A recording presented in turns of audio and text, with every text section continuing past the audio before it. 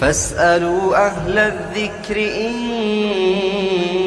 كنتم لا تعلمون۔ بسم اللہ الرحمن الرحیم۔ آج کا ہمارا عنوان ہے کہ اگر کوئی شخص نماز اس انداز میں ادا کرتا ہے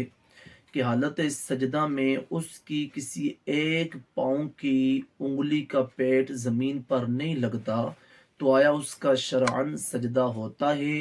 یا نہیں ہوتا، اور اس صورت میں جو نماز ادا کی جائے اس کا حکم شرعی کیا ہے؟ عرض یہ ہے کہ حالت سجدہ میں مرد کے لیے دونوں پاؤں کی ساری انگلیوں کا پیٹ زمین پر لگانا یہ سنت کریمہ ہے کہ اس انداز سے بندہ سجدہ کرے کہ اس کی دونوں پاؤں کی ساری انگلیوں کا جو نچلی جانب ہے، نچلی طرف ہے، جس کو انگلیوں کا پیٹ کہتے ہیں،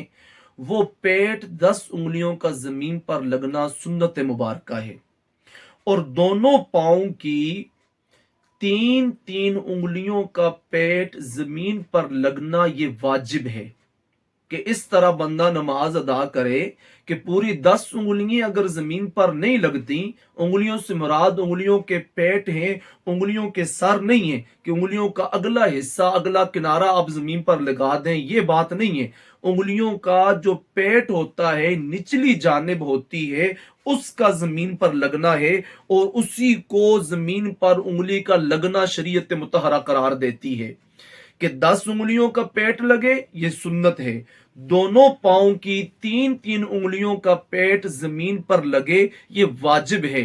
اور دونوں پاؤں میں سے کسی ایک انگلی کا، یعنی 10 انگلیوں میں سے کسی ایک انگلی کا پیٹ زمین پر لگنا یہ فرض ہے۔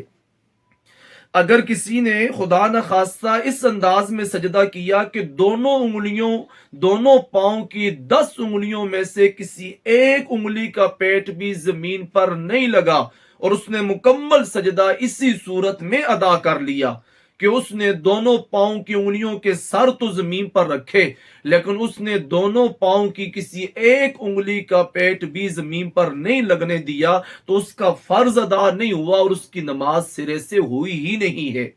اور اگر اس نے اس انداز میں ادا کیا کہ دونوں پاؤں کی 3 انگلیوں کے پیٹ اس نے پورے سجدے میں زمین پر نہیں لگنے دیے، تو یہ اس کی صورت ہوگی مکروہ تحریمی کی کہ اس کا واجب رہ گیا ہے۔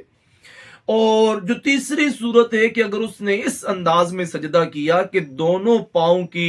10 انگلیوں میں سے کسی ایک انگلی کا پیٹ زمین پر نہیں لگا، تو یہ خلاف سنت ہوگا۔